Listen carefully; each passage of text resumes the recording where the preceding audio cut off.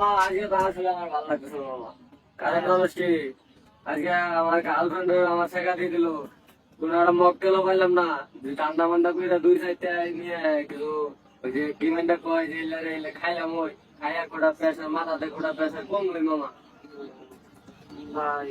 মামা এইটাই আর আরো একটি কাহিনী আছে। আমার গার্লফ্রেন্ড আমার মনে কর যে শেখা দিছে খালি শেখা না, এই শেখার কারণে আমি মনে কর এরকম বেকা হয়েছি।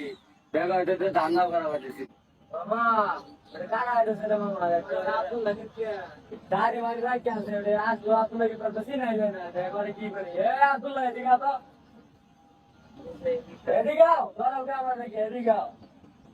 আর তোমার বন্ধু এদিকে আও। আসসালামু আলাইকুম ভাই।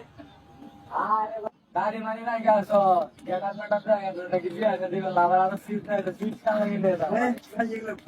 আরে ভাই এই সিট কাল লাগে নিয়ে যাও।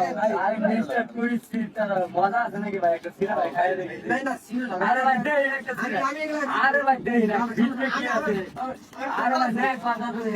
আরে ভাই দেখ কথা খাইয়ে দে টেস্ট কি রুম আমি গেলে লাগে মু আরে ভাই লাগে নিয়ে যা ভাই তো একটা খাইয়ে দে ওটা থাকবো নি। আরে ওটা তো আছে ওটা দামি সিট ওটা নিয়ে কি ওটা ফাটা না ভাই। মজা তুমি একটা নাও না ভাই একটা